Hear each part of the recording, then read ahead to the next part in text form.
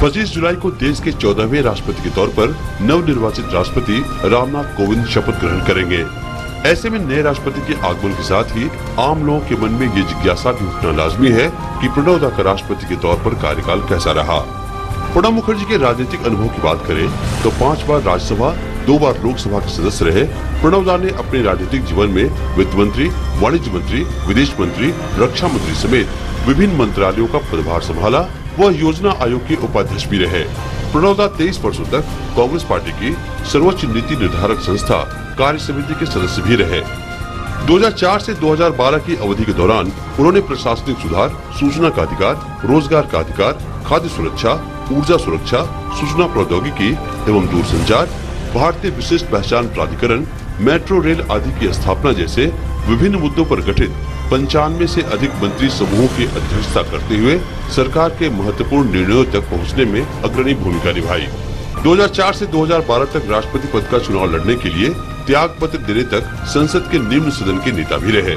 प्रणब दा के बारे में प्रधानमंत्री नरेंद्र मोदी ने भाव विभोर होकर कहा था कि दिल्ली में प्रणब दा उन्हें पिता के समान लगे, जिन्होंने न केवल गंभीर राजनीतिक विषयों पर उनका मार्गदर्शन किया बल्कि एक पिता की तरह आग्रह किया कि उनको अपने स्वास्थ्य का भी ध्यान रखना चाहिए। प्रणब दा को लेकर प्रधानमंत्री मोदी ने कहा कि गुजरात से दिल्ली आकर जल्दी सेटल होना संभव नहीं होता अगर प्रणब दा मदद नहीं करते। एक भी मेरी मुलाकात पिछले 3 साल में राष्ट्रपति जी के साथ ऐसी नहीं हुई जिसमें उन्होंने पिता की तरह, और मैं बहुत अंतर्मन से कह रहा हूं,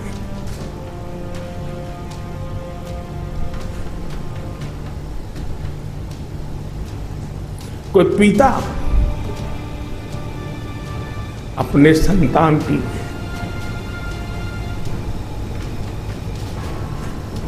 जैसे देखभाल करे। देखो मोदी जी, आधा दिन तो आराम करना ही पड़ेगा। प्रणब दा ने अपने 40 साल के राजनीतिक सफर में कांग्रेस और सरकार में अनेक अहम भूमिकाओं का निर्वहन किया। इसके बावजूद उन्होंने अपने 5 साल के पूरे कार्यकाल में एक भी ऐसा कदम नहीं उठाया जो उनके राजनीतिक जुड़ाव की ओर संकेत देता हो। कानून, सरकारी कामकाज की प्रक्रियाओं और संविधान की बारीकियों की बेहतरीन समझ रखने वाले प्रणब दा ने ऐसी हर बात को टाला जो सरकार के साथ टकराव की संभावना की ओर इशारा करती हो। I greatly benefited from the advice and cooperation extended by Prime Minister Shri Narendra Modi at every step.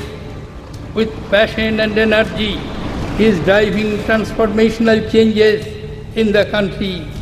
I will carry with me fond memories of our association and his warm and courteous behavior to me. ऐसा भी नहीं कि प्रणब दा ने केंद्र सरकार की ओर से भेजी हर सिफारिश पर अपनी मंजूरी की मोहर लगा दी, लेकिन जब भी प्रणब दा ने जरूरत समझी केंद्र सरकार से स्पष्टीकरण भी मांगे। कई मौके ऐसे आए जब प्रणब दा ने सवाल उठाए और वित्त मंत्री अरुण जेटली को उन्हें संतुष्ट करने के लिए राष्ट्रपति भवन तक जाना पड़ा। अध्यादेशों को लेकर प्रणब दा ने कभी कोई रोक नहीं लगाई, लेकिन साथ ही केंद्र सरकार को नसीहत देना भी नहीं भूले। प्रणब दा ने सरकार को इस तथ्य से अवगत कराया कि अध्यादेश लास्ट रिसोर्ट यानी सबसे आखिरी विकल्प के तौर पर होना चाहिए। प्रणब दा ने अपने कार्यकाल में निर्भया मामले के बाद क्रिमिनल लॉ संशोधन कानून 2013 को मंजूरी दी। इसके अलावा प्रणब मुखर्जी के कार्यकाल के दौरान कुछ अहम फैसले लिए गए।